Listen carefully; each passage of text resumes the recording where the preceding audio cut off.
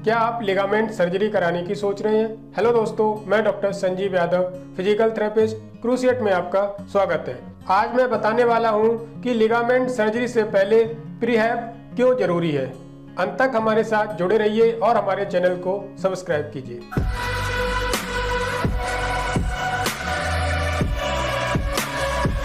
दोस्तों, जब आपको लिगामेंट इंजरी होती है उसके बाद एक्सरसाइज करना बहुत ज़रूरी होती है।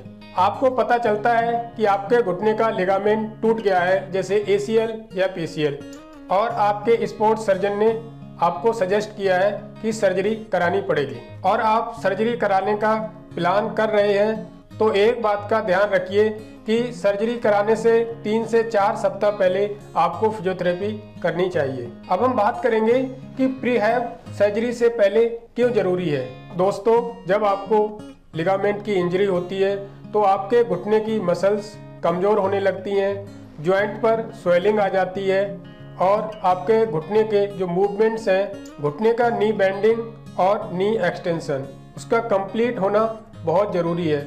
जॉइंट की जो नॉर्मल रेंज होती है वो उसको कंप्लीट करना बिफोर सर्जरी बहुत ज़रूरी है। जब सर्जरी से पहले आप फिजियोथेरेपी या प्रीहैब बोलते हैं, अगर आप ये करते हैं 3 से 4 सप्ताह, तो आप अपने घुटने के आसपास की मसल्स को मजबूत रख सकते हैं। जो मसल्स लॉस हो रहा है, मसल्स स्ट्रेंथ को रिटेन कर सकते हैं और जॉइंट की जो मोबिलिटी है, नी बेंडिंग और नी एक्सटेंशन, इसको कंप्लीट करने में आपको मदद मिलेगी। दोस्तों, याद रखना, सर्जरी से पहले नी एक्सटेंशन, मुख्यतः नी एक्सटेंशन बहुत ज़रूरी है। इससे क्या होता है कि आपको सर्जरी के बाद में स्वेलिंग और पेन कम रहता है। अगर आपका नी एक्सटेंशन सर्जरी से पहले कंप्लीट है तो सर्जरी के बाद में आपको घुटना सीधा करने में इतनी परेशानी नहीं होगी और सूजन, पेन और दर्द कम रहता है। दोस्तों, जब लिगामेंट इंजरी या घुटने की कोई भी इंजरी मान के चलिए आप अगर होती है तो सूजन आना आम बात है और इस सूजन को कम करना भी बहुत जरूरी है। अगर सूजन कम नहीं होगी तो आप मसल्स को पूरी तरीके से, मसल्स स्ट्रेंथ एक्सरसाइज या जो भी एक्सरसाइज करते हैं, पूरी तरीके से आप परफॉर्म नहीं कर पाएंगे।